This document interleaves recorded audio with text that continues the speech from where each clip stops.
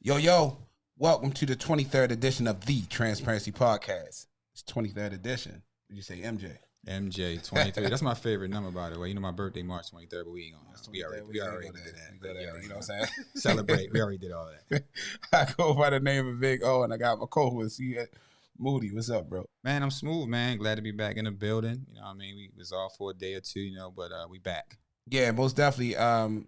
To our loyal listeners, I know y'all were like, wait a minute, what's going on? We're here in the Transparency Podcast midweek. What happened on Monday? And I say to those who's wondering, mind your business.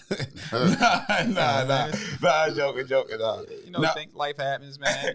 But we here. You know what I'm saying? We thought it would be nice to record this on Cinco de Mayo. You know, I'd be remiss if we didn't look at this episode as a celebration. That's why you see all this stuff going on. Definitely is. Yeah, it's definitely a celebration. I mean, we're alive, we're breathing, and helping people because that's what we do here on the Transparency Podcast. That's exactly what we do here. How about a lot of people being that conduit for information for inquiring minds.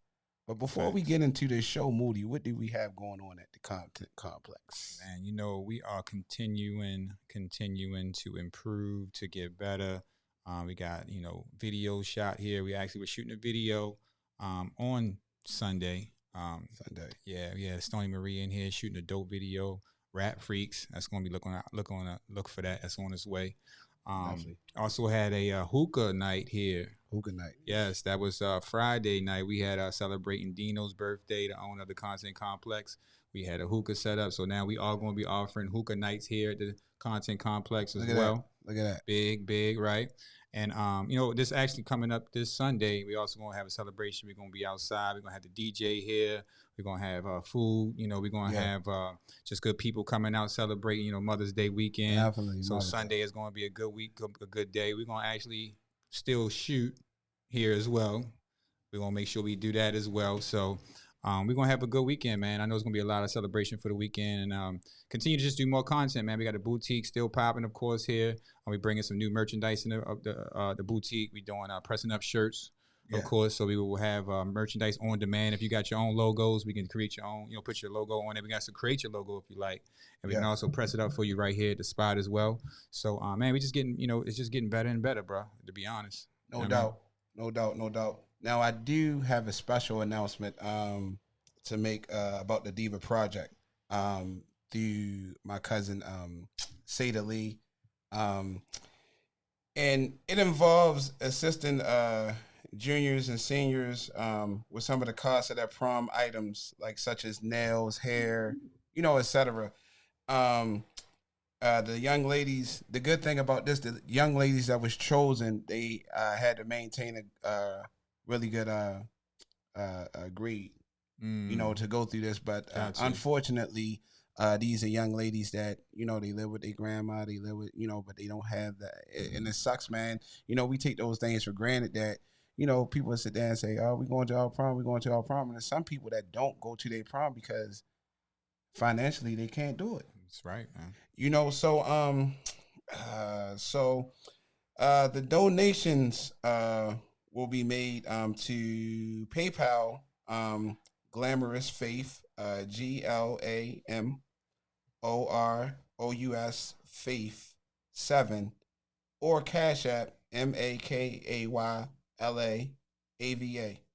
And that'd be awesome, man. Because like I said, it's prom season.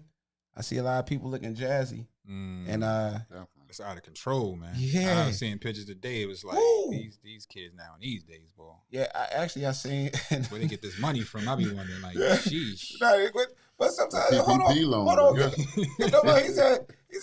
said the money. But the funny thing is, not just the money. I seen some kids where you get the machine guns from. Yeah, like that too. You know what I mean? Going on? And it's, just to make some context, so like some people need some help, of course, but then you see it so lopsided. Someone that has so much, like it's wild, crazy, man. You know what I mean? But everybody, hopefully they just have a good time, man. Prom season is always a good season. So shout out to the Diva Project.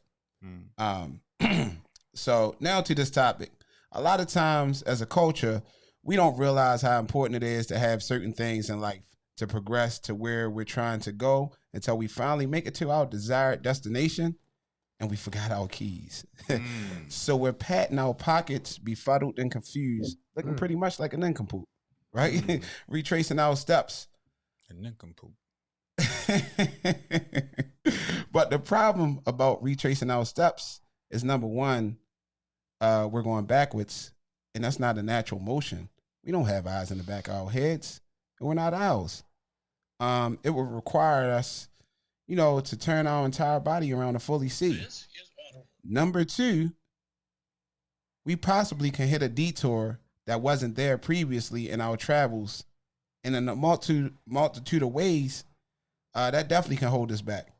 Number three, in my opinion, this is probably the most important, is time wasted.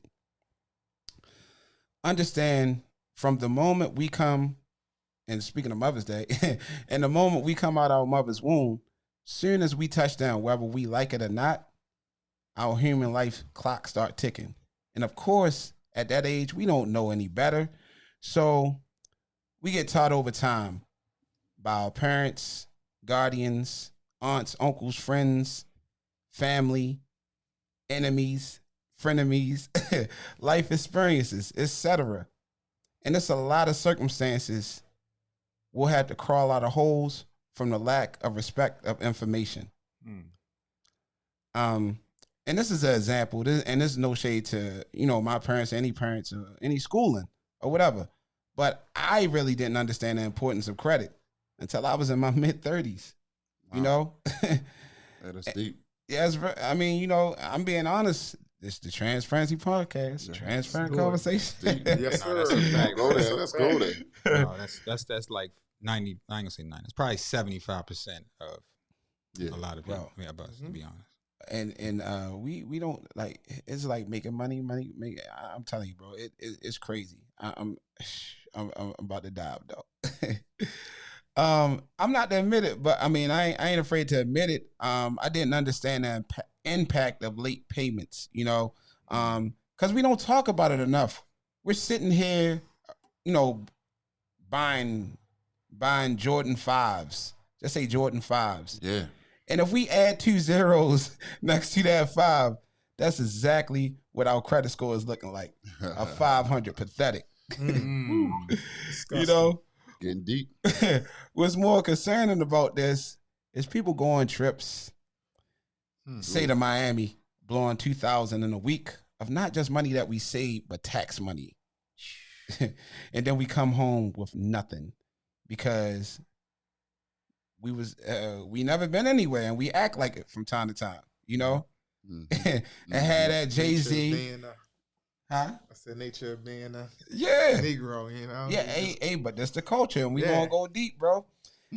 Because we have that Jay-Z. Speaking of Jay-Z, guy. Jay-Z and Jermaine Dupri mentality with no sunroof, no funds remotely close to theirs, but we're screaming money ain't a thing until we don't have any money. Then that becomes our theme. It's a bunch of foolish mistakes because we're living for the day and not investing for our future, which leads me to this title. The weather is better. You can take off your sweater. Meaning, it's a cold world, but if we're prepared, we'll stay hot. At the very least, warm regardless. And to help us discuss this on the Transparency Podcast is none other than licensed lender of NFM Lending. And the great thing about NFM Lending, they're not trying to rape you. They're providing flexible mortgage solutions. That's right. And that's big, man. Mr. Daniel Mack over here. Hey, man. The handsome guy with the dreads, right? Hey, thanks for having me.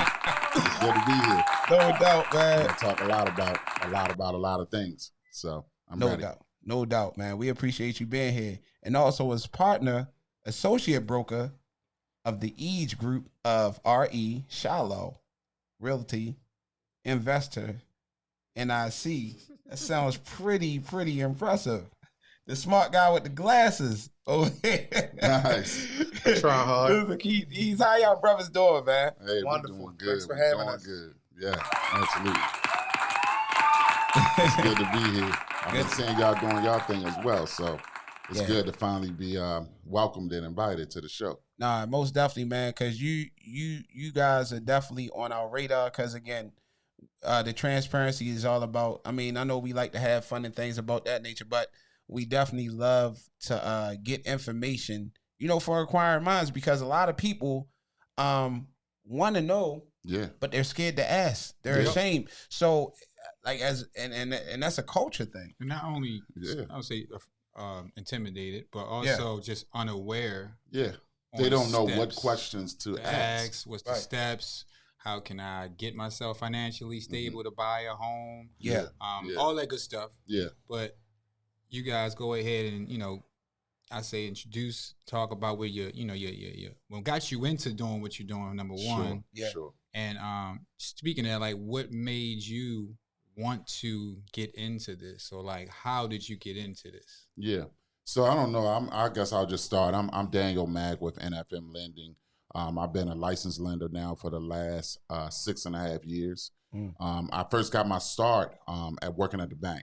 So I've been in finance pretty much for the last 20 years, maybe a little bit longer than that. That's a nice run. So so I moved from just, being a teller to supervising people to going into a business banker role where I started selling second position loans, second position mortgages, like, a HELOC or something like that trails a primary. And I know this is going to get a lot of, jargon that people not familiar with. So I don't want you to break down everything, but just give us a little short, quick, info so we know. You know what I mean? So for people who don't know. Or a second position mortgage is a mortgage that trails your primary mortgage. So when you buy a home, you have equity. And so the equity is usually taken out in a second position mortgage. Gotcha. So it just follows the primary mortgage. Gotcha. And so after I sold, second position, third position liens for maybe 10 years, maybe 15 years, somewhere around there, I linked back up with my childhood friend, Keith Eades, who was already doing amazing things in the real estate business. And so he told me, over dinner one day, hey, man, I think, you should be, my go-to lender. And I'm like looking at him like, look, man, I don't want to do that. Like, I don't have no idea how to do it, what that's going to entail. I mean, how much is going to take up. I've been living a whole other life to that point. Gotcha. And so he drugged me and he said, no, come over here. This is where it's at. And, at first I said, no. I'm like, nah, it's cool. Keep it tell you. And then after a while, he came back at me again like, hey, man, you need to do this. And I said, all right, let me go ahead and give it a try. Man, bro. And since I gave it a try, it really took off. The first year, I would say I mean, I probably only closed maybe like one deal in my first year. And it wasn't because of me. It was because of the system that was set up with who I was working for at that time. And what year was this? This had to be what, 2016, 2017? Between 16 and 17. Yeah, somewhere around end of there. 2016. Yeah, because I had just moved back from New Jersey. I was living in New Jersey for a couple of years, and I had moved back to Maryland, and I was just looking for something. I'm looking for something, striving for something.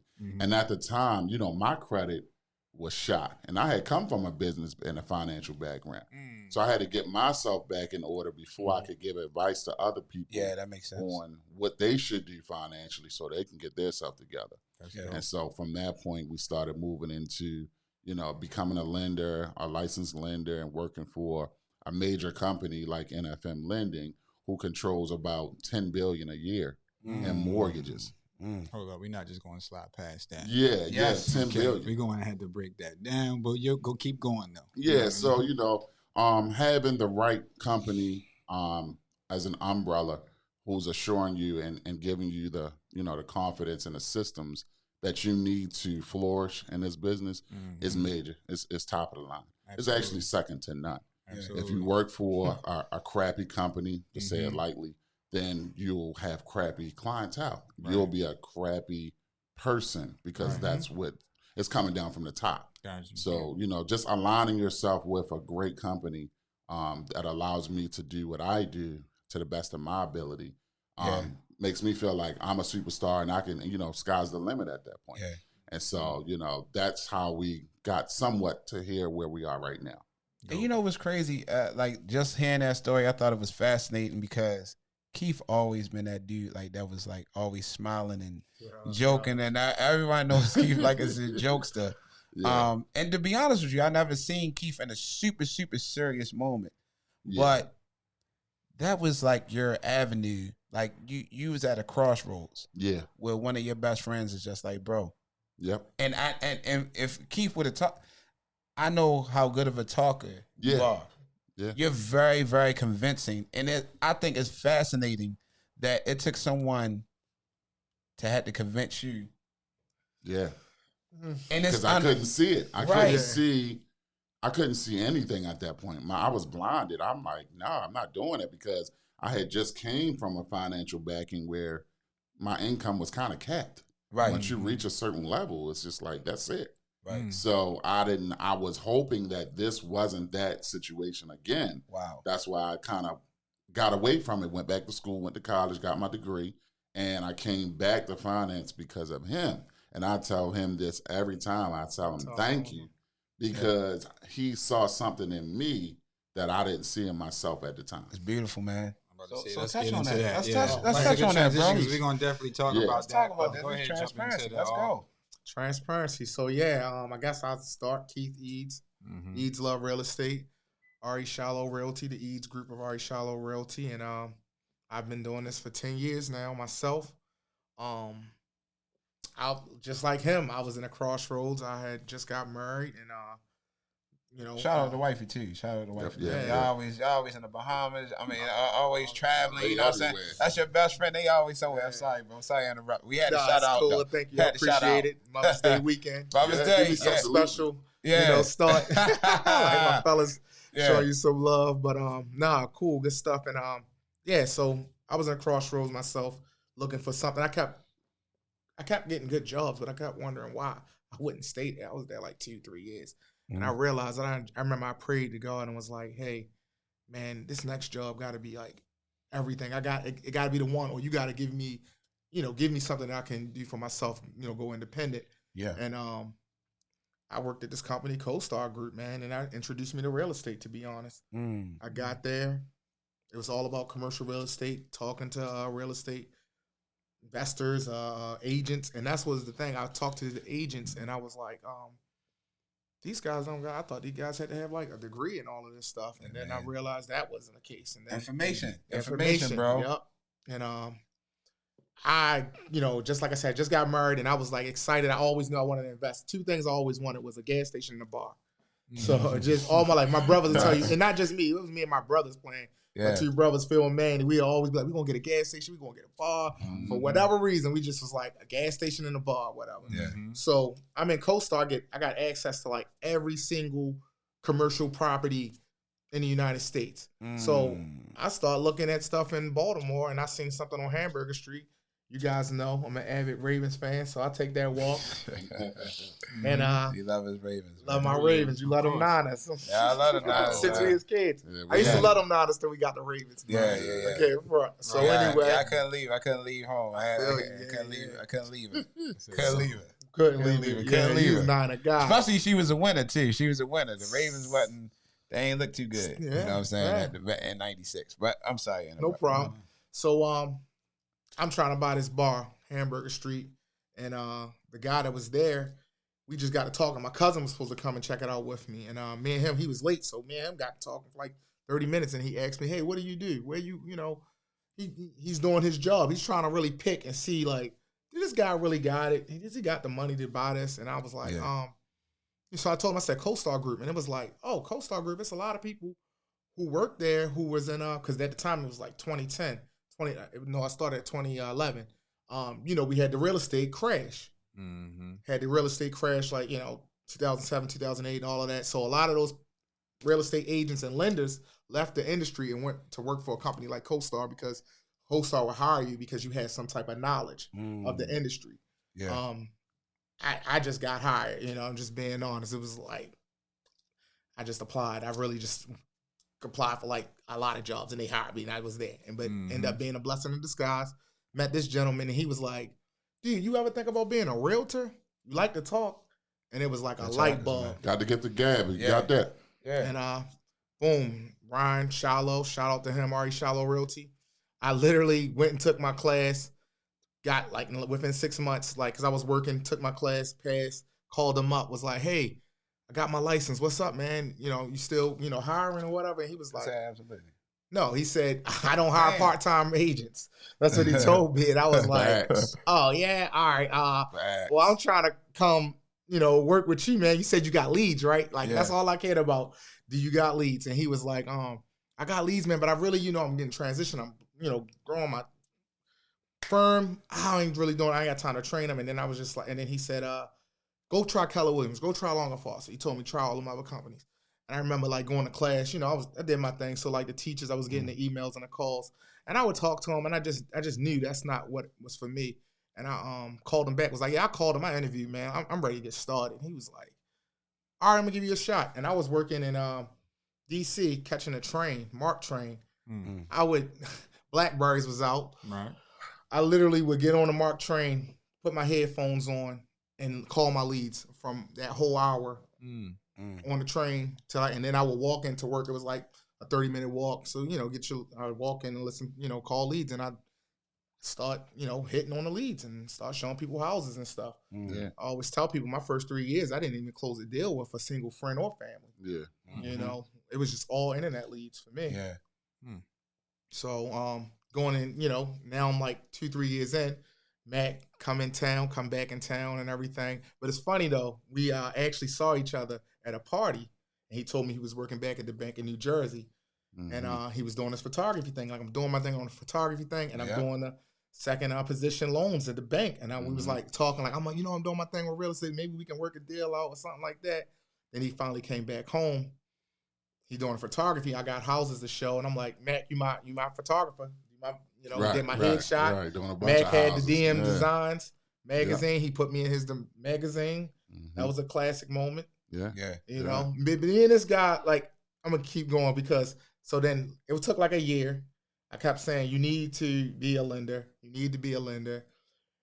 I knew it was going to happen, but at the same time, he was like, dude, I don't know. And I remember one time he was like, yo, I ain't trying to get behind no desk, man. I do my thing. And I said, lender's not always behind the desk. Like, you go in for your meetings and stuff, but so I think that was like the first time it peaked. I'm like, are you serious? So then, I like the ability to work wherever I want to work. Yeah, you did say that. It's a freedom that comes with being able to work wherever you want to work. It just gives you a different perspective on life in general.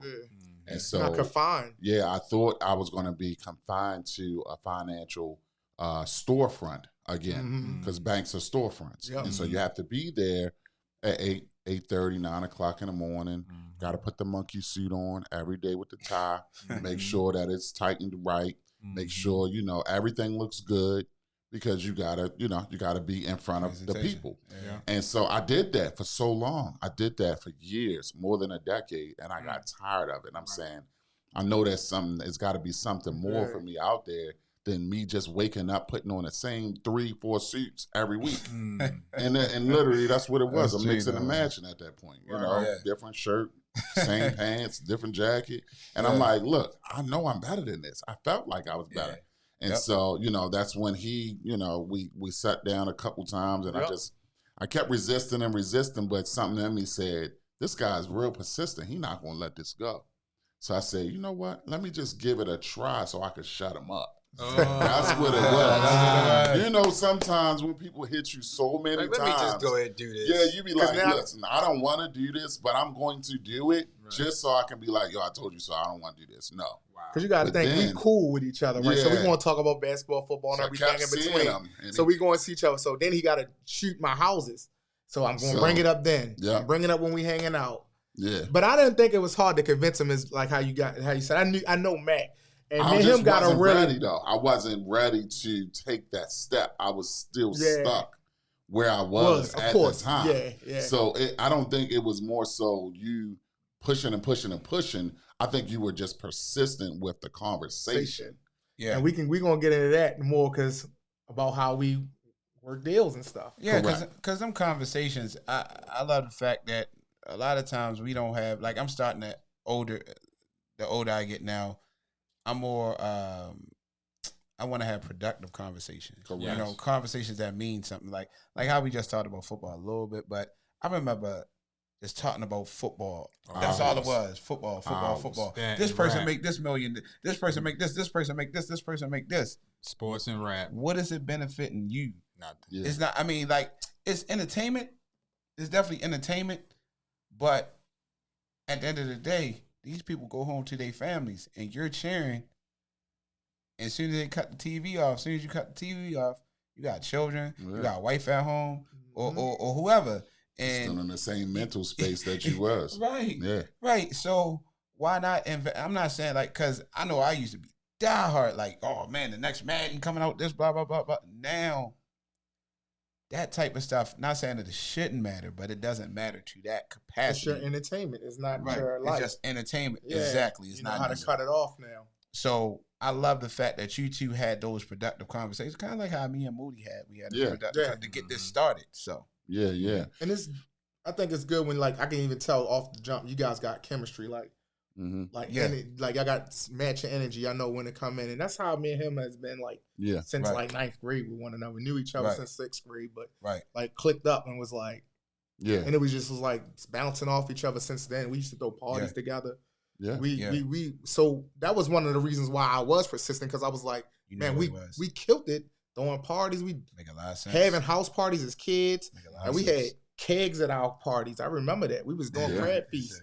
You know? That's a dope point. You know, and I was going to ask you that, like, you know, before, of course, y'all re-linked, like, how was your relationship, of course, you know, through high school and everything. And I can see y'all had a relationship there.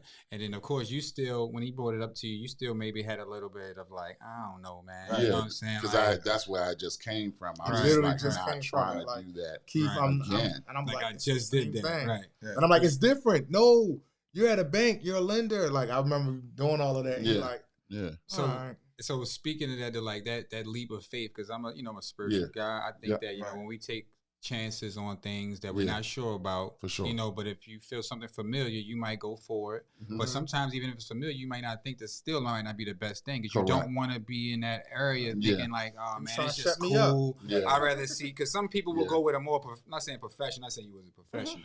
I'm gonna say you will go more with somebody that you don't know and thinking like, oh, this might be popping over here. That's a great point. Instead of my homeboy. That's a great point. But you looked at it like, yo, you know what? Yeah, let me take this chance. What really made you take that leap, though? I know you went through it, but really made you just do that? When we actually had the dinner and we had an official conversation, I told him something that still holds true to this day. Still talk about it. And I said, the one thing that will keep us focused throughout this whole career that we're about to start together is the fact that we will not let the friendship be tarnished because of business. That's dope. As long as we stay on the same page, business-wise, then our friendship shouldn't be affected by that. That's real dope. And that's what I mean. Said that to him, and I said, bro, let's shake on this, because too many times we work with friends and family. That's what I mean. And it goes sour. And guess what? After that, you guys don't even speak no more. And that's what I meant by y'all that. Y'all hate each other. That's exactly what I meant by that. And I meant by that being like, y'all focus on the business. Yes. And not the friendship, not what y'all been through, not what's going on and now in these days.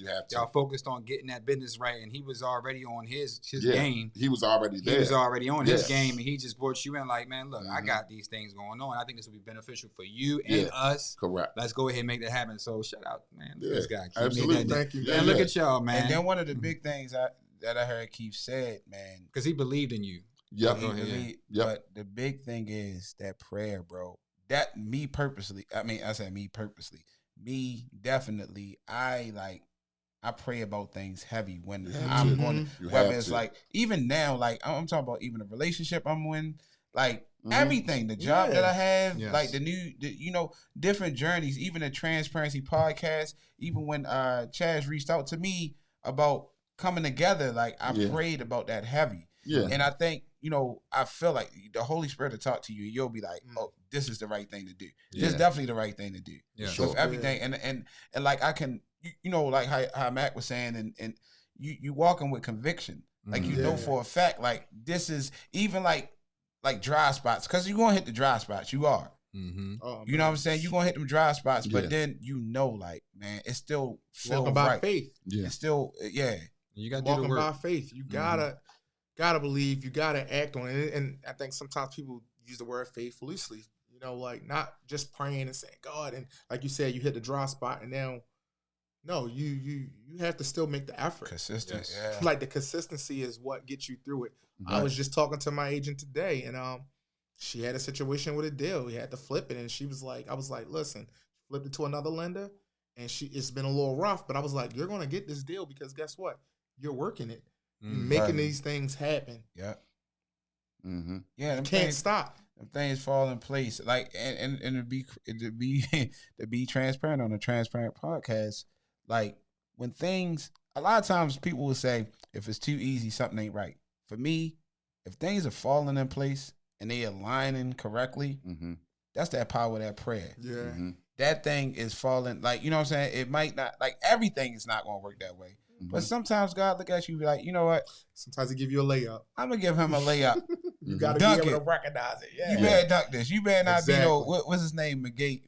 We just, McGee that used to play for the, No. Well, Shaq and the Fool. Oh, Yeah, Shaq and the yeah. Fool. Shaq and the Fool. Yeah, Always yeah. on Shaq. Yeah. Always on Shaq and the So, Fool. yeah, You you play get for that. the Suns, they looking good now. Yeah, that's what I said. definitely. Yeah. But you, I mean, he's a champion, so let's keep it a band. But yeah, Yeah. you get that layup, catch, take it, dunk it. And it's like those moments when that do happen, that happens when you put the work in. You know, you staying consistent, you rewarded. staying disciplined. That doesn't just come. Discipline. We're not out here just saying, "Oh, something just gonna be laid up for you." That's really not how it works. No. It works more like you put that work in. You're building that groundwork. You're trying. You're not giving up. You having dark times, and then sometimes that one good opportunity comes, Correct. or that one good connection comes, and you be like, "Oh, that's what it." That work. God been working all this time. You ain't think he was working, Right. but he been working all this time. Yeah. Right. You know what I mean? So that's what it's about. And I just wanted to continue to just, I want to shoot y'all questions, man, no because problem. y'all are Yeah. definitely in this game. Y'all doing awesome. So like when it comes to like just the whole basis of real estate, right? Yeah. The process. How he you get said this started. deal, just trying to figure out this deal. Yeah. And I hear a lot about deals. I hear a lot about good sales. I hear a lot about locations or finding something that is on market or under market value. What's in the area?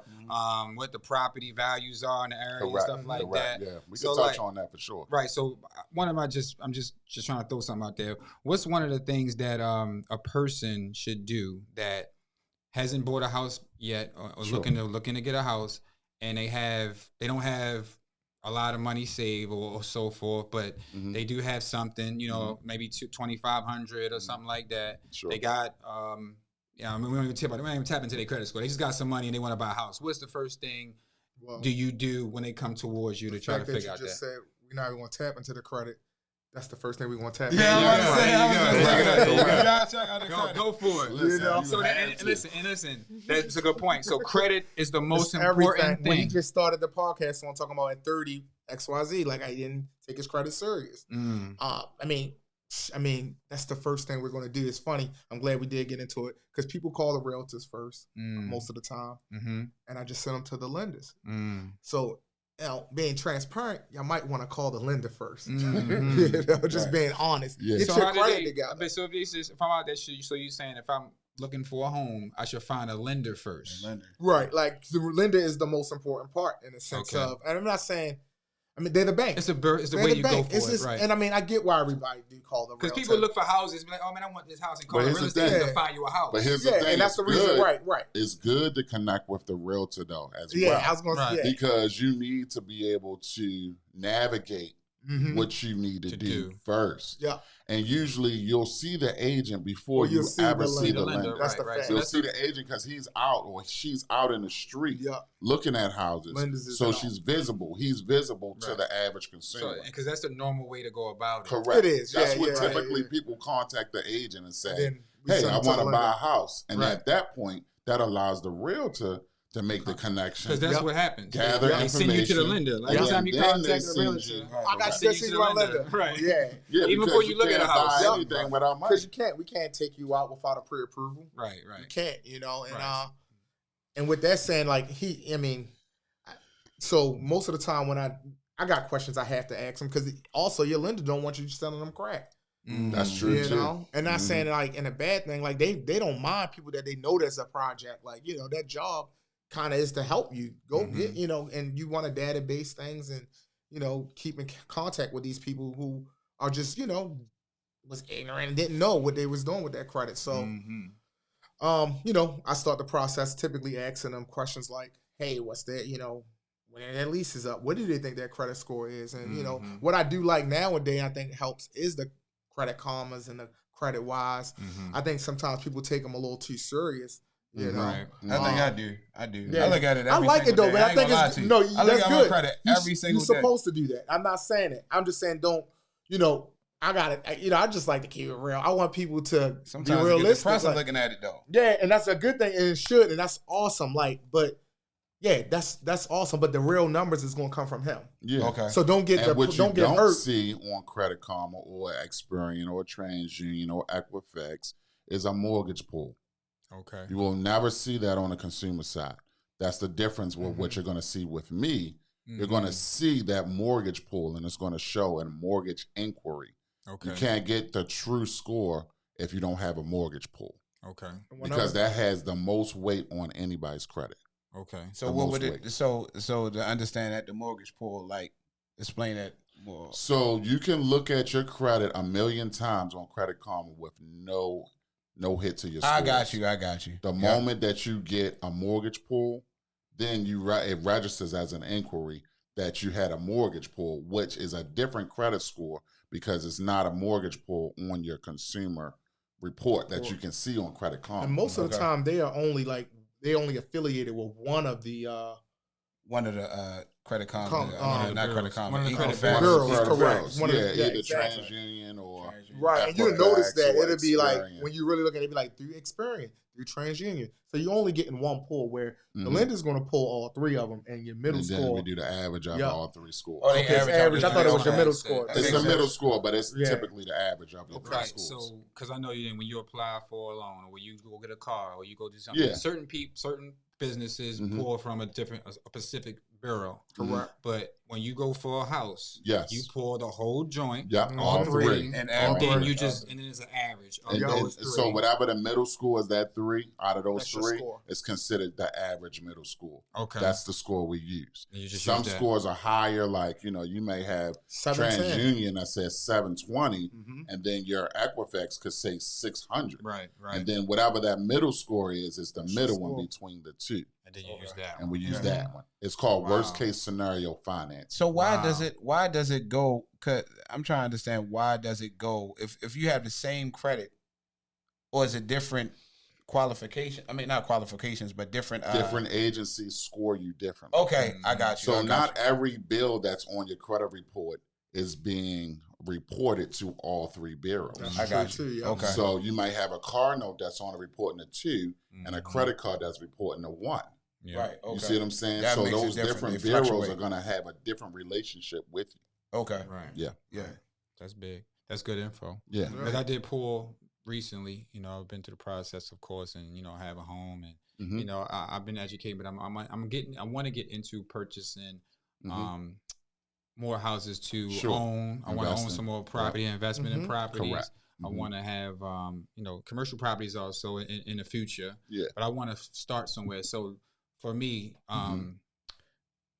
what do you think is the best way to get a home that you can? Because I know there's different ways you can buy a home and flip. You can buy a home to I know rent. exactly where you're going. You can buy a home to have to own that you want to sell. You saying for your first home? Are you talking about? It's not my first home. No, Okay. it's not my first home. This is my investment property. Okay. How do I go about getting that per se done? Like, what was somebody wanted? What is the process of going finding that? As the realtor, again, same thing. We're gonna send you to the lender. He's gonna do the scores and do the same thing he did on your first, but obviously, it's a little different. More than likely, I mean, just depending on the person. If you're dealing with a standard conventional lender, it's like 20% down. Yeah, 20% down is for an investment purchase. Okay, because I know we jumped, because I didn't mean to jump right into the investments, but if someone is purchasing their first home, and I know that there's different, loan opportunities. I was about to say, let's go back to the primary first, and then we'll get to the investment. So primary, when you're purchasing primary, With me and my company, you will only need a 600 credit score. Okay. Right now, with the pandemic, people have been losing their jobs left and right and then acquiring new jobs. You can have up to a 6-month job gap and still be able to get qualified for a home mortgage within your 2 years, because it's a 2-year history requirement, full-time work. So you can go up to 6 months and go back to work and still be able to get qualified to buy a first-time home buyers program or a loan. A lot of people don't know that. Yeah, so I just wanted to put that out there first. At that point, you know, your credit score 600 or more, that's going to get you an approval with FHA. Now, they have a couple of grant programs out here that may or may not work for you. This is such a vast topic. I'm going to try to condense it a little bit. A little bit, yeah. But when you put in a contract on an offer on a house, you have to, the seller has to accept your financing. And that means you have to disclose if you have a grant or if it's going to take longer to close on the property. Right. Typical turn time to close on a property would be 30 days. If you have a grant associated, it could go up to 45 days. It could go to 50 days. You have to tell the seller that. So for that reason, if you were selling your home as an example, and you had 10 people trying to buy your home, and one of those offers said, you know, I could buy this home in 20 to 25 days, ready to go in and out the door. And then you had another offer, let's just say from me, that says, okay, we can close in 45 days because we have a grant associated with this loan. Now, as a seller, you're going to say, I would love to take this money in 20 to 25 days first and get out of there. You wouldn't want to wait 45 to 50 days to get the same amount of money that you could have gotten 20 to 25 days. It just is common sense. It's just basic math. And so that's what we deal with sometimes when you're dealing with a grant. So what I do that's different, I try to qualify you from a standpoint of maybe you have an uncle or an aunt who has a retirement account or has a savings account they can use to help you do a gift of funds to get the house. So now we can compete with that 20 to 25 day offer. And so I'll try to exhaust those options. I'll ask you, hey, you have a retirement account? Do you have a aunt that can give you, a mother, a father, a grandparents who can give you that money so that now we can make a strong offer and be competitive with the whole market, because it's still a seller's market. So once I go into those type of questions, I find out realistically, you know, how can we make this deal work? You know, are you going to be able to have this money? Do you have money saved on your own? Do you have your credit scores right? Are you over 600 credit scores? How much debt do you have? I'm looking at your credit profile to say, hey, you have late payments, you have collections. A lot of collections accounts can be settled, you know, for 30 to 40% less. A lot of people don't ask for a hardship settlement. They should, but they don't. And if you can get that cleared off, that makes your credit profile that much better. So when an underwriter looks at you and they can say, because they don't know you personally, they only know you from your paperwork. So if your paperwork shows true, you've cleaned up your credit, it looks good, you had a 620 credit score, you have some money in the bank, you can get a gift of funds from a family member, you look so much better to get your final approval. And the seller will look and he will say, oh, everything's been checked off, because when we give a pre-approval, we have to show that we vetted every single stage of the loan before we give a pre-approval. Do you guys have an opportunity for someone to help them clean up their credit, or do you know someone that does that? I'm just wondering. So it's two ways you can do that. One is called a credit rescore. A credit rescore is generally within 30 to 40 points of your target score. So let's just say you're at a 560 and we need to get you to 600. You need 40 points to jump. So if the rescore can come in, maybe it'll give us that 40 points. And what that is a simulation that we run on your scores, and it'll tell us which accounts to pay off so that we can immediately go into the 600 and get approved. Okay, if it's more than that 40 points, then I recommend a credit agent, a credit repair specialist who can help you to wash all of those blemishes off so that you can get into the credit range so you can be approved. I've never heard of that, what you just said, though. And that's interesting. Rescore? It is. Yeah, I haven't. Yeah, credit rescore, one of the biggest secrets that we use. Deal with that when you know, dealing with the lender. You know, that's just something you're not going to hear about unless somebody is actually looking to get Trying to get it a done. home. Yeah. Yeah, and so as long as it's close like that, not to cut you off, No, you're but as long as you're within that range, most of the time we can get your credit rescored within, if not 30 days, Mm-hmm. immediately, or 3 months. Mm-hmm. And it'll tell us, it'll 3 say months. pay this off and then wait for the seasoning period so that your scores can go back up in that Right. 3-month time. Yeah. At that point, I'll set a schedule reminder to say, hey, I'm going to follow up with this person every month for that 3 Pay months. 'em up and And then just making sure you stay on track so that Yep. you can buy your for first that 3 home. months. Yeah. That's So Credit right. is an algorithm. It's amazing. Mhm. You know what I mean? Less like the Facebook and everything else that, you know, Mhm. That's the all the Google tracking. algorithm. It's all the That's all I algorithm. ain't the gonna lie. I mean, once So- go ahead. I'll let Yeah, you go finish. ahead. Yeah, Nah, that's I- what you no, because you was going with the credit. So I didn't even ask. Like, so my credit was going up. I didn't even ask for a boost on my credit card. Mhm. Like, so pretty much they gave me more money on my credit card that I didn't ask That for. means you're doing good. But the thing was, it made my credit score go down 20 points because it went up. Like, it went at least that's what it showed. Like, it went up or whatever, and then and I didn't even ask for like more money on my credit card. And speaking, So I'm trying to understand. Wow, Credit is weird. Like, man, it's real weird. it's a science to that credit stuff. Mhm. My, It's my, an my, algorithm baby, science. this is Transparency Podcast. My baby It's a gave transparency me podcast. my baby Margot. She broke it down to me on some like breaking it down to me. Mhm. When you do get credit cards, the most important thing to do is don't use them up.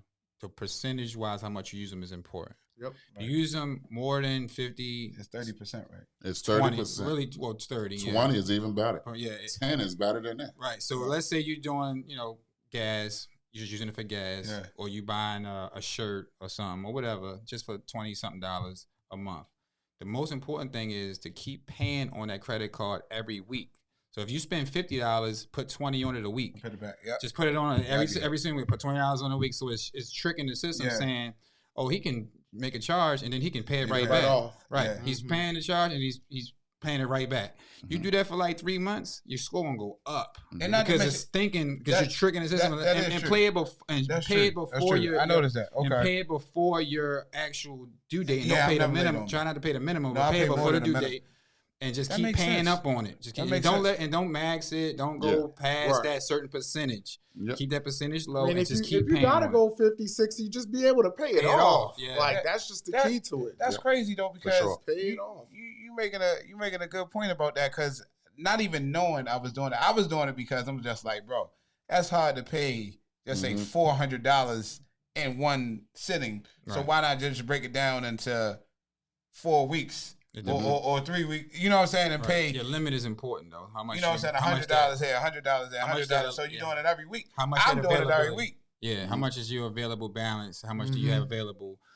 Of course, Versus don't the ratio. get versus the ratio. That's like all you we got to said, break it Yeah, down. that makes sense. I ain't know that. Exactly. Use If you got $1,000 available balance, you can Mhm. spend $200, and you Right. can just keep putting $50 on it every week. So you Right. just keep looking like, yo, I spend it. I'm just paying myself just pay it back. back. It's That's all a right. game. Like it's like your own Mhm. loan. It's like Yeah. you keep paying your own self Yeah, back. you That's front your just the money to game. yourself. It's a front. That's That's what she broke it down to me. It Like makes that's so really the much game. sense. This is what I do. I break it down like that as well. I say, hey, if you lend me $100 and tell me to pay you back in 30 days, right? Mm-hmm. That's the agreement. That's similar to the credit card agreement. Yep. Mm-hmm. This is what you do.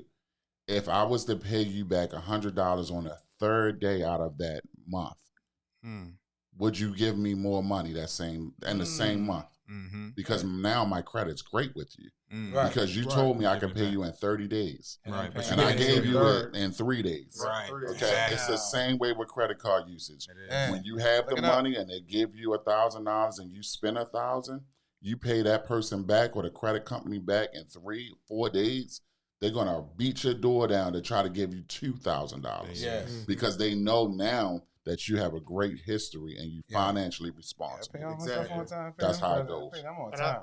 I mean, since we talking about it, credit cards is probably the most important. If, Yeah. You know, It revolving holds- credit is You get He's the the most lender. points. You get the most points from because of credit cards. Yep. That's amazing. Yep. You did. because it tells the Why is that? story. Yeah. Because it tells your story. It tells us how you spend your money. Mm-hmm. It It's shows your trends. revolving. Yep. So they can. That's why they say when people, people add credit or whatever, low credit, the lender or the landlord that you're trying to rent this house from, when he can look at it the same way and analyze that if you don't pay your credit cards and stuff like that, why would I rent to you? You don't pay your credit cards on time. You don't pay this. So it tells your behavior.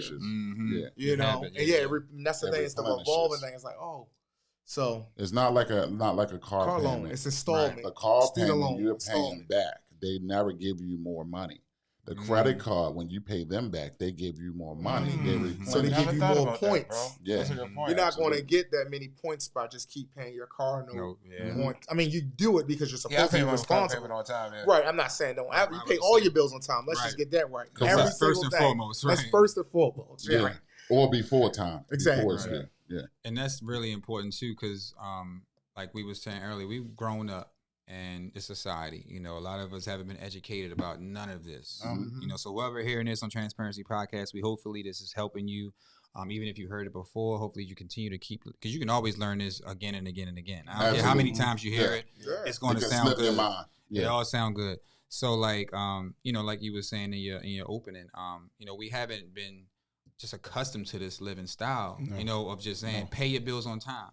You know what I mean? Like I grew up at, you know, an age where I had to work when I graduated high school. You know what I'm saying? Like I didn't get a chance to do certain things, you know what I mean? Even growing up when I was young, I went through a lot of things that somebody may not have went through, you know what I'm saying? Just in a different environment. Sure. And like you know, my name probably was used before I even had a chance to use it. You know what I'm saying? To be honest, you know what I'm saying? Wow. No, but actually, I'll say this. That's real. And I'll say this, to be honest. Not necessarily when I was young. I'm talking about when I grew and I had a chance to get my own. 17, 18, 19. I didn't have a chance to say, I'm going to get my credit card. Right, like, hold up, right. I didn't get my credit card and somebody sat me down. The whole house had it. Look, exactly. Like, yo, hold up, Verizon, Xfinity, Dish. Sometimes the BGE bill was in your name, all that. You can't even get your own BGE. Everybody has $1,100 before you even get your first apartment. And it's real, and all of us have a story of it. You know what I'm saying? So what I'm saying is, when you do get to that point where you're 18 and you're 17 and you're like, man, I can get my first credit card, it's important to like teach people what we just said. Like, look, don't go get your first credit card and go buy something and don't pay it. You know what I mean? And we get into that, and that messes up. Nobody sat us down. Nobody sat nobody down and said, look, this is how it goes. Since we know this, let's really, you know, let's stop blaming it on the schools, because they're not going to do it. Why would they do it? Why would they do it right now? Like literally though. Like why would they want us all to be entrepreneurs? Why would they want us all to be financial? It's the biggest game. The banks is going to lose. Everybody, they're going to lose. You know, they want us to get the credit cards and spend with them. Right. Immediately. Me keeps growing us up in debt. Growing up, I was told that credit cards was bad though. That's why I didn't. Like I just said, I didn't have a credit card till I was like 28. Seriously, because because it was just like everything in cash, and to be honest with you, from that time, and I might have been 30. I think I was like 30. But the problem was with that, you're not building credit. Right. Exactly. You know what I'm saying? That history, man, is so important. All I had was the whole time. All I had was a car payment. That really was it. You know, and that's all I really ever had before until, like I said, I had a credit card. And credit cards are so useful, you know, emergency funds and things like that. You treat credit cards right, they're going to treat you better. Yeah, absolutely. You know, you just use it correctly, and then, you know, you add the buying a house to it, things start exploding, man. Like, just I mean, keep going.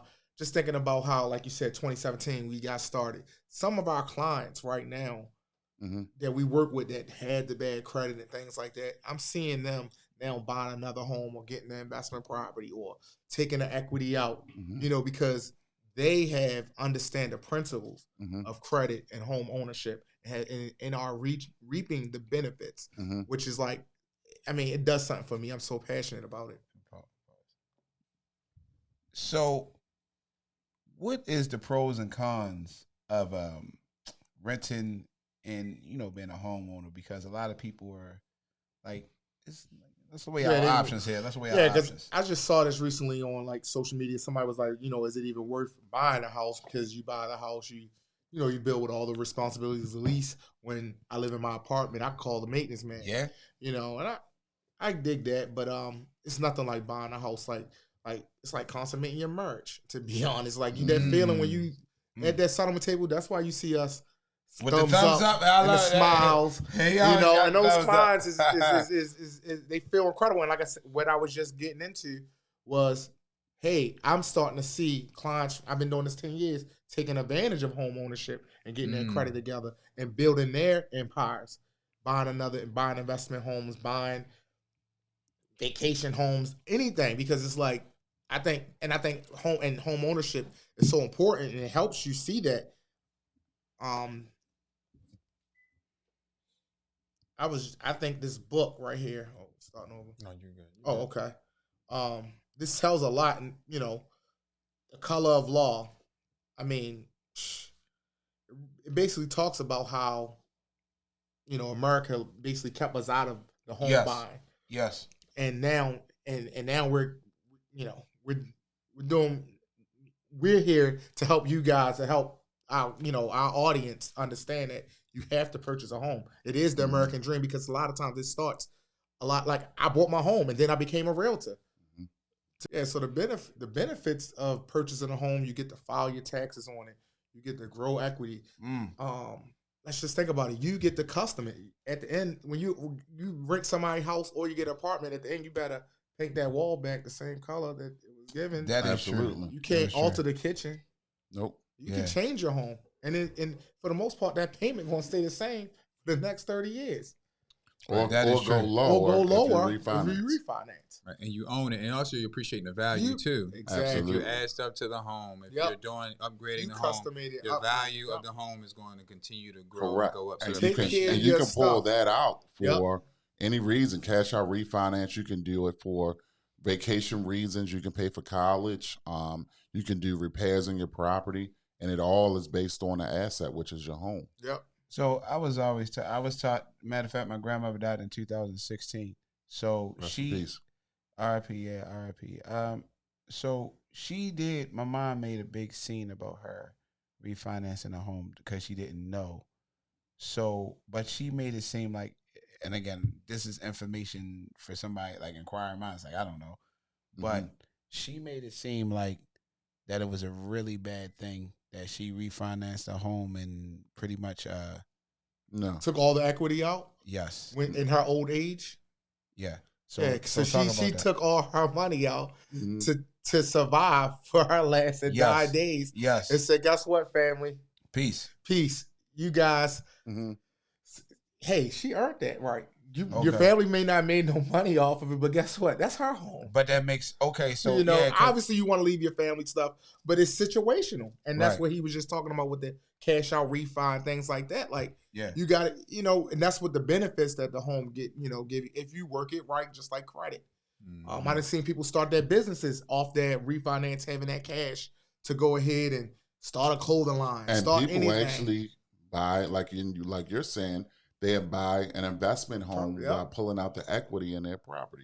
And so, since you brought that up earlier, this is a perfect time to say, putting down 20%. Well, if you own a home already, you can do a cash out refinance on that home. Take that cash and put it down on the next investment. Home. So now you're not taking none of your money out of your own bank.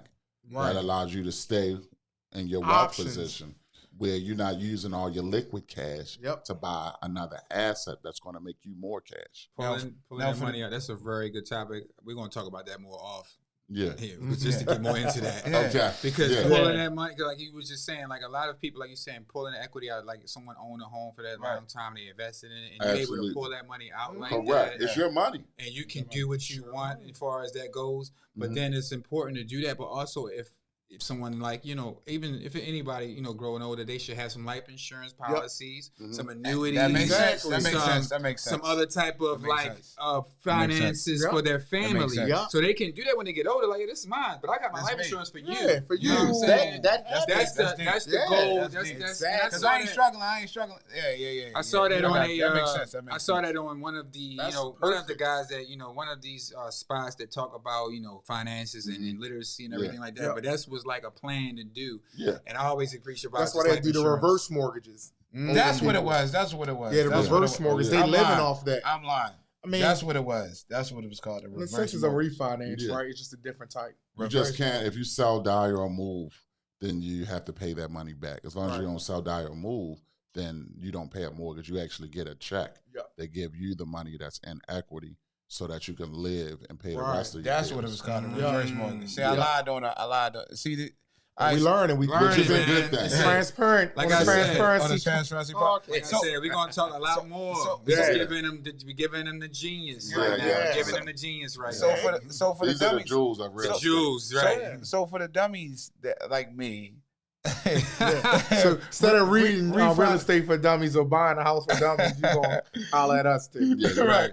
So if you refinance your home, because I think this is very interesting. What are the benefits? Like, so when you refinance and say you're pulling out, say, I don't know, 10 grand. Right? I got the perfect answer. I already know where you're going. You know where I'm going? I know exactly. All right, so you read my mind. Go ahead. So here's the benefit. Okay. You get to spread whatever money that you're pulling out from your cash out refinance back over 30 years.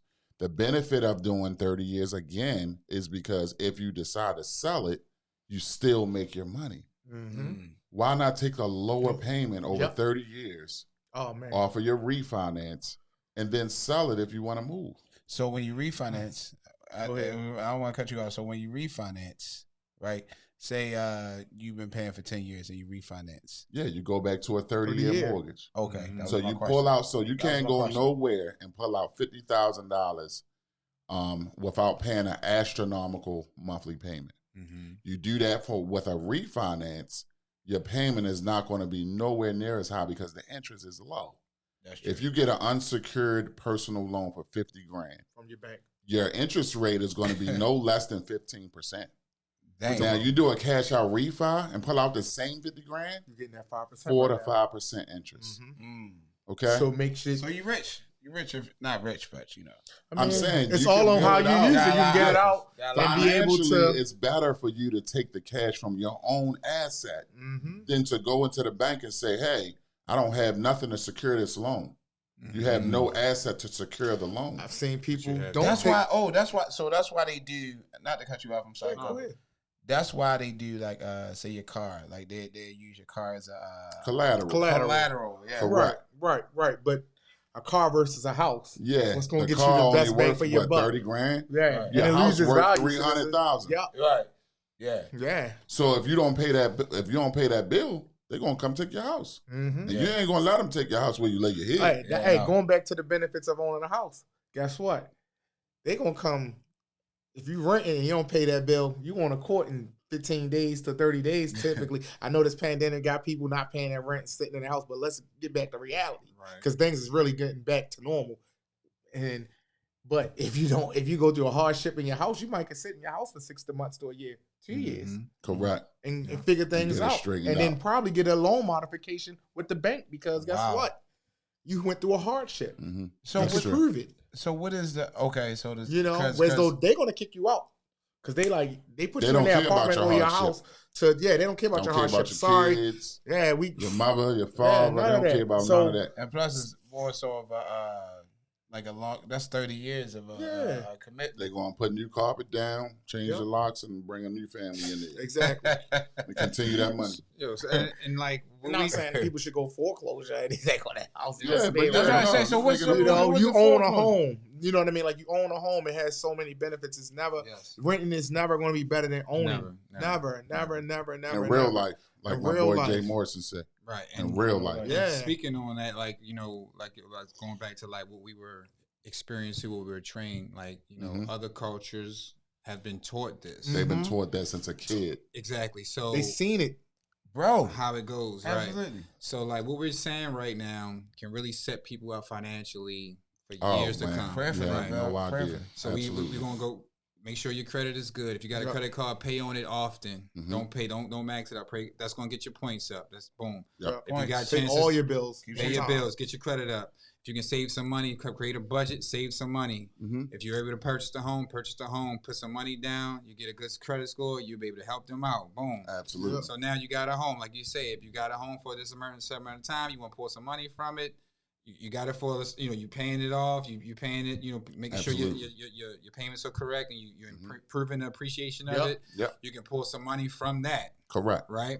All right. So all of that is amazing information, and we are giving people this as a culture. Now, what else do you think that we can continue to just put in people's mind, like the sellers market as it is right now? Oh, You know, like how is it so? Why is it so difficult for supply and demand. Okay, Supply and demand is number one key. Mm-hmm.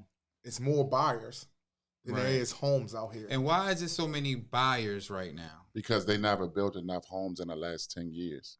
Okay. In the last decade, the previous decade to the one we're in right now, they built anywhere from 4 to 8 million homes across the country.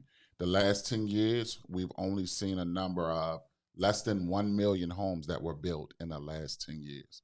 So now it's a bottleneck situation because you have all of these buyers, all of these new millennials who are coming out of their parents' basement and who have the money they can put down and buy a house. Now they can't find a house because it's not one built. Wow. Yep. That's why we bottleneck. Because it's saying like a lot of houses are getting built too. Not enough houses. Think about it. We came out of a recession in 2018. I mean 2008. You know what I mean? So you know, it was a buyer's market. You know what I mean? So it just flipped. Did not start building houses the same way. You know, so now that everybody's back to some type of normalcy. The unemployment rate is down. Historic lows. Everybody's working, doing something, and they want to buy a house. Yep. You see what I'm saying? Even in the pandemic, equity. They want to be able to. In the pandemic, everybody needed somewhere to quarantine. But there was a big quarantine thing. I think that helped. Have nowhere to live. I mean, I think a lot of factors helped because interest rates stayed low during that time. But then historically low, and I think people think about being in a pandemic. I noticed so many people who was in their apartment stuck for that time was like, I gotta get out of here. I gotta get out of here. And they start calling us like crazy because it was like, I would never want to be in that situation if something happened, you got to say in the world, and I gotta be in here with 30 other people in the building. So to bring it back, this is why we have a seller's market. Because everyone who owns a home, including myself right now, we know that we have an asset that's worth so much that we don't have to let it go to any old buyer. Man. Okay. Because I'm going to have at least 10 to 50 people look at my house if I put it on the market tomorrow. Right, and I'm getting to that, like, again. Maybe 100. I lie. And we get into this system. So is the goal, again, the goal is to get that credit right, get your money right, get these homes purchased. And I was talking about getting that investment properties purchased. Correct. If I'm able to purchase these investment properties, you'll be that same boat. Right, and that means that I'm able to sell these homes that people want to buy. Yeah. Like, this system that we're in right now, like, and we talk about how to break it down, but how can we continue to just keep tapping into that? You know, like, where everybody's buying, everybody has cash, so how is those intricate parts that get to those gems, you would say? Like, how do you get to acquire one of the houses that's sold, sought after? Right. You have to write the best offer you can write. Okay. It's gotta be magic. Okay. Yeah. It's gotta be. If you are an amateur or just getting started, you have to rely on people who have been in the business for a while, who knows how to put together the strongest offer you can put together. Okay. If your offer wavers, it looks shabby or looks something's missing, signatures everywhere missing, verbiage missing. That all counts, doesn't it? You want to have a clean order. You got to be in order. Yep. And it's just like any other business, right? Yeah. Like, you got to be in order. Correct. And the sellers, the people, the agents that represent the sellers, they're on it because they're listing agents. So they're looking at the contract to say, all right, if your contract is messed up, what about your financing? This deal might fall apart on me. So you got to go in and hit the ground running with the strongest offer first. And then you got to have a reputable lender where they know and have done business in that circle before they accept your offer. Wow. Okay? It's just a flat matter. That's just how it is. Right. If you're not reputable and your offer stinks, nobody's ever heard of you, you never close no deals, 9 times out of 10, you're not going to get the deal. And that's going to be the one that your client really want to. Like, oh my gosh, my buyer love this house. And they're going to call you back in one day. Oh, no, we're not accepting your offer. Thanks. Have a good day.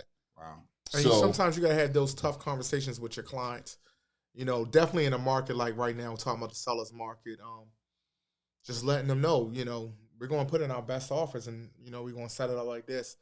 And we got to make the recommendation too. You can't let your client lead you to water. Right. You already been drinking that water. Yeah.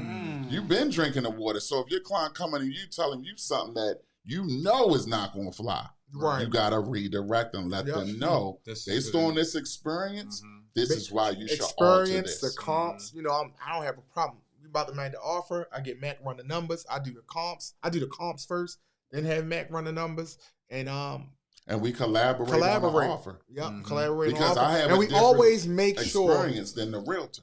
Yep, and we always make sure the client is always comfortable, regardless. You know, like, hey, these numbers make sense to you. You know, they got to be ready to go, and we're gonna put this in. And win, lose, or draw, you're gonna at least come out knowing that you put up your best fight. And here's the thing too, and you're gonna hit with the experience that we had in the industry right now. We know almost to a T which offers will be accepted. And that was true on our offer that we had recently. The last two. Yeah. Where, you know, some agents put in a different offer. It did not get accepted immediately. We switched the offer after me and him collaborated, switched the offer, changed a couple things, changed some numbers, changed a couple inspections up, not to give away too much. And stuff. Yeah. And they accepted that offer just like that.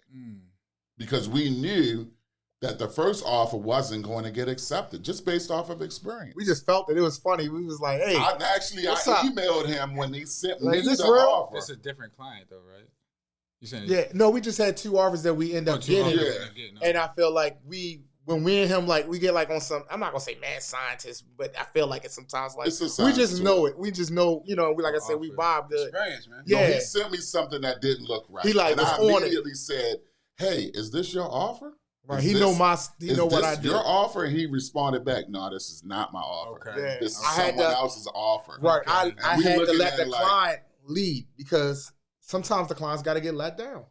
Correct. So they don't understand that they're not putting their offer in. Suggestion. Hold up, yeah. So why wouldn't they do that though? Not saying that it's their money. They got that, to be honest. If they got it, they like, well, I'm gonna just do this, and I'm gonna just try to get this done, or like. No, they want to, in a market like this, and I get it. Everybody wanted to, not lowball, but just get straight to the point. No, people want to negotiate. I mean, people want lowball, and people want to negotiate. Okay. They don't want to.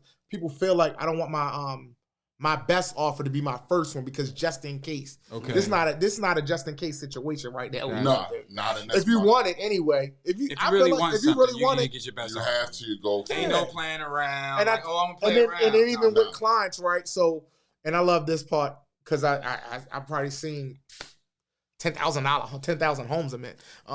So say me and Harry, we going out. You love this house. We're gonna go see it. You want to make the offer, and you get your heart broken. I tell the clients, I set the expectation, we're going to be hanging out for 90 days. And even in this market, I realized this too. I told most of my clients that. 90. But it was like that even before the seller's market. I was hanging out with them for 90 days. I was showing them 30 homes, putting in 15 offers. It's nothing changed. It's just, to me, nothing changed. It's just, you just putting your best offer in for 15 times, you know what I mean? And you don't have as many homes to see. Before, 10 years ago, they had that option. People like, I don't want this house. This house is the house I want. Now that the market is shrunk. The inventory's not there. The inventory's not there. So before I was running around with clients and they was like, and I'm like, this is the house. And they like, no, I'm going to try this other house. They had the pickings, they had, and it was, now it's like that. But I noticed it's still the same 90 days with my clients. That's dope. I really noticed that. That's how you know you seasoned. That's how you know you seasoned. Yep. And you got a passion for what you're doing. Man.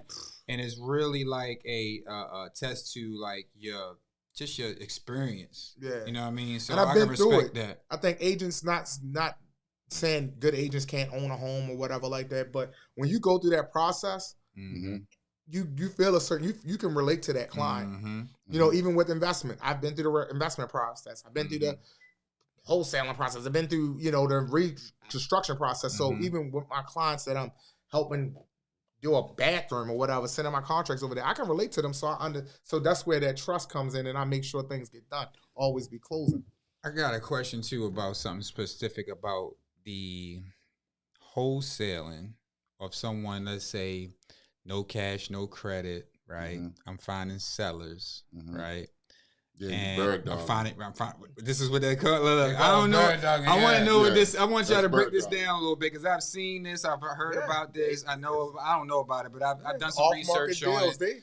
So like, all right. So like, look, I'm looking for a home. Like I'm calling you. You say you're selling the house. I roll past your house. It looks bad. You're paying taxes on it.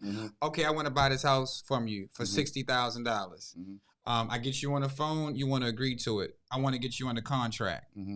How do I get you under contract without a title company, a realtor, a real estate company?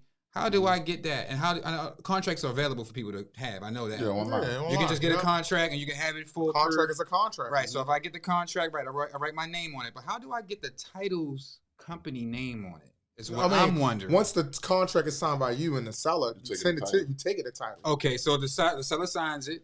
I take it to a title company. Yeah.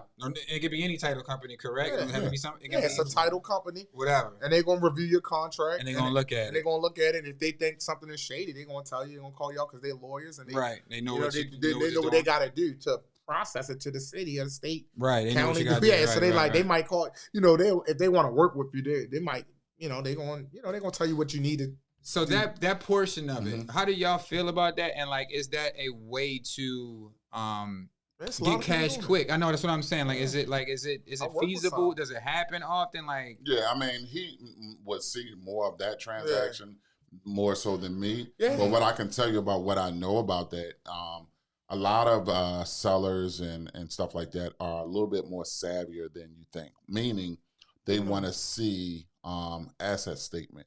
That shows that if they let you tie their house up, you have the money to actually buy their house. So they want to see that you have the money. So sometimes with the newer people who are doing it, they'll try to wrap up a house. Because it happened to me when I first started. Like, I tried to wholesale something, and I tried to wrap the house up, and I'm like, look, I got this. They were in my pocket. I knew I had the deal. Then they called me and said, hey, I need to see your asset statement that shows you have the ability to buy my house. Right. At that point, I couldn't send them. I couldn't send them my other buyer that I was about to sell it to. Okay. I couldn't send that statement. I had to show it for myself. Because that's wholesaling. Yeah, that's the wholesale. That's the whole, and that's what mostly is happening. I noticed, like, everyone say the whole no, they just wholesaling. They like getting a cut. They're selling real estate. Get a cut at the table. Getting a cut, and they're not the end user. And like you said, they're not savvy enough, or like the good ones, they come up. They are savvy enough. They can show you, I got $50,000 to buy this house, and guess what? I'm gonna go ahead and tell this buyer to go. So and then you can assign the contract. If you don't have the buyers, but if you don't have the buyer's information or signature, like how would they be able to get that information? Not saying like it's just the deal might fall through, of course, but like if I have the seller or the buyer ready to buy, how do I just get? That information? It's a double. No. That's when you, like he was saying, the assignment piece, because now. Chad and Keith. Chad is the wholesaler. I am the seller of the house. Right. You make a contract with me. Right. I sign, you sign, and then you'll say, hurry, the buyer, you'll have a contract with him to buy your contract from me. Right. Sign with a little bit of extra. With that little extra. So now $50,000 for me and your deal to get my house, but then you told, hey, hurry, I got this house for 70. Right. And then, he agrees y'all make to that deal for and 70. And then title cuts you the check for the difference at closing. Okay. So the seller gets their cut for 50, then you get your 70 because he bought his money too. Right. And you get your 20. Right. Yeah, that's what I mean. Seller gets his 50, you get your 20. And Hurry gets the house for 70. Right. But if you dog nice, I mean, you don't do a double settlement. You just get you just broker the deal as a wholesaler, and that's different. I mean, but you're going to start off like that. They get nice. Like I dealt with some real savvy wholesalers. I like them. Some people don't. Everybody got a piece in this industry, and that's what I like about real estate. You got investors, you got lenders, you got wholesalers. You have, and I don't dog nobody in their profession. Even though wholesaling is definitely in Maryland. Is it needed as well? Because if somebody needs trouble selling their house, I mean, like it is needed. It is. Somebody Yeah. It's the part of the industry. You got property management. It's just when the horror stories behind it. Just like you got horror stories in our just stay in the industry, but the horror stories about people the 50 and the 20, like you bought it for 70, but the house really was worth 20, and you walked away with 50, right. And now you can't move it, and you frustrated and things like that, and that's when it's like, but guess what? It's a dog world. Yeah, you'll get through it. You own a piece of property. That's just like me going back to people who bought properties. I know somebody who bought a property in 2008 at, when the market, sank, and now they love their house and they stayed in it. And guess what? They're about to probably make like $70,000 themselves because they just stayed with it. They was mad. They tried to sell it like in 2012. It still wasn't there. Tried to sell it in 2016. But today's market allowed it. So that's, you can't really fail in real estate. Like if you hold on to it it's like a stock. Right. If you hold on to it, that's why they give you 30-year mortgages. When you think about it, it's if you hold on to it, you're going to reap the benefits. Speaking of properties, so because I hear this a lot again, like I hear that Maryland is like one of the. It seemed like to me too. It seemed like it's one of the most expensive states. Are y'all just in Maryland? It is the most expensive state. But think about this. Are you just in Maryland, or you? No, I just think about this. We got DC right there. Okay. We have so much. We got healthcare is like number one money. Money maker. Like people make money. You got a lot of great private sector, and then you got the government, federal government, state government, obviously. City government breaks down, but you got the federal government in your backyard. Okay. So PG County, richest, Black County and things like that, because they right next to. I used to work in DC and PG. As an independent, and that's why you have so many Black millionaires, because there's so many entrepreneurs. They can tap right into the federal government system that has to use procurement. So these people are just, like, hey, why go to a 9-to-5? Then you got government people, government workers who get government jobs. Some states don't have like federal government next door to them. Like think about New York and New Jersey. Right. New Jersey's so expensive because it's next to New York. Think of things like that. But to answer your question, yes, we are licensed in multiple states. Oh, yes. I'm sorry, I didn't know. Yeah, so this is why people move, because a lot of my friends have moved to, say, PA. York, PA, yes. Yeah. And stuff like. So what is the benefits of? I mean, it's just depending on where you want to locate, where you want to live at. We just did a deal in Lancaster. Puff did a deal in I think in York just last year this time. I mean, Virginia. I'm closing deals in California. Yeah, California. Atlanta. Wow. Yeah, our brokerage is in Atlanta as well, and Georgia.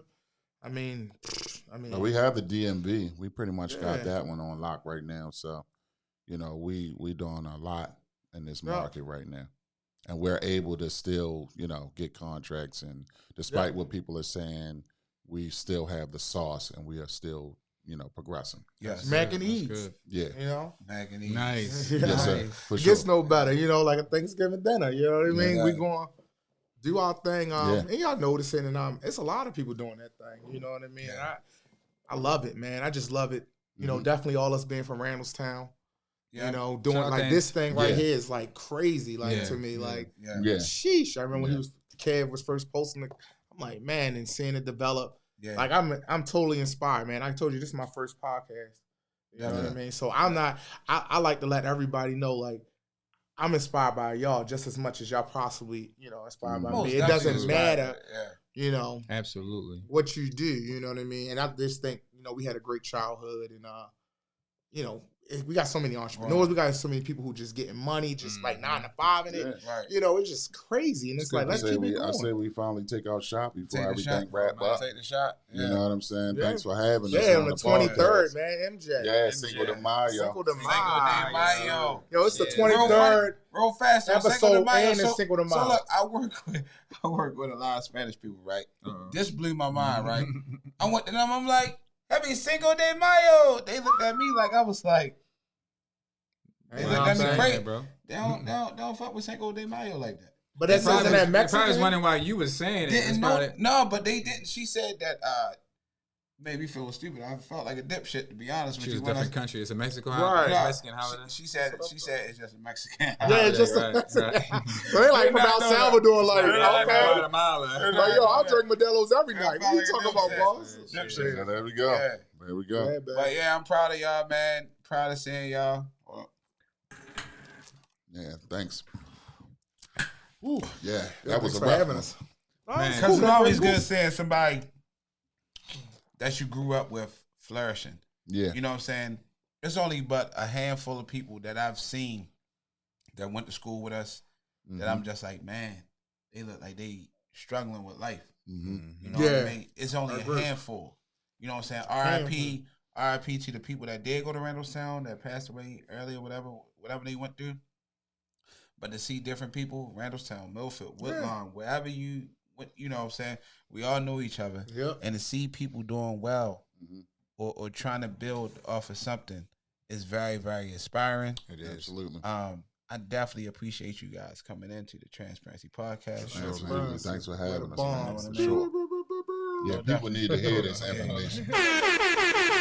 Yes, sir. Just for the road. Yeah. The culture needs the information. We've been held in the back for too long. So now what you're seeing is the culture flourishing and coming to the forefront.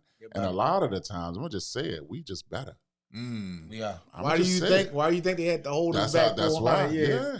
And that We movie, dominate everything we do. Think about sports world and everything. Yeah. That's just all they want is in. Yeah, I mean, we can say that for next time, but I'm just saying now that we've been granted a seat at this table, when you get really good at it, you really can see the benefits. And that was one of the reasons to the culture.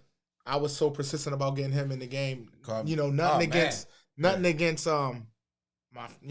other lender, but he didn't look like me, and it was like, man, I don't own the company, which is major.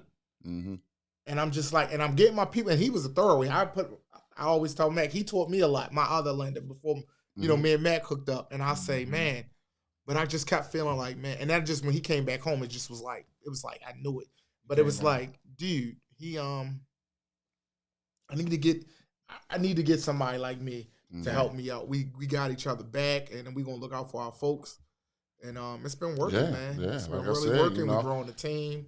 I feel like, you know, if you guys would have us back, man, we would love to come back and just, man, for sure. Continue the dialect and conversation. I think this is going to be a continuous just education, to be honest, and just continue to get better with our literacy of finances, our literacy with real estate. Yeah, we need it. I'm getting into more of that in myself, and my it's where I'm at right now. Sure. So this is perfect timing for y'all to be on here. So we're gonna continue to just keep preaching that, man, because we gotta keep our people aware what you can do, how you can start, what you can do for yourself, what you do for your family. Make sure you have the basics, together. I know we're gonna go over the basics real quick. Go for it. Pay your bills on time, man. Pay your credit cards. Pay your bills, man.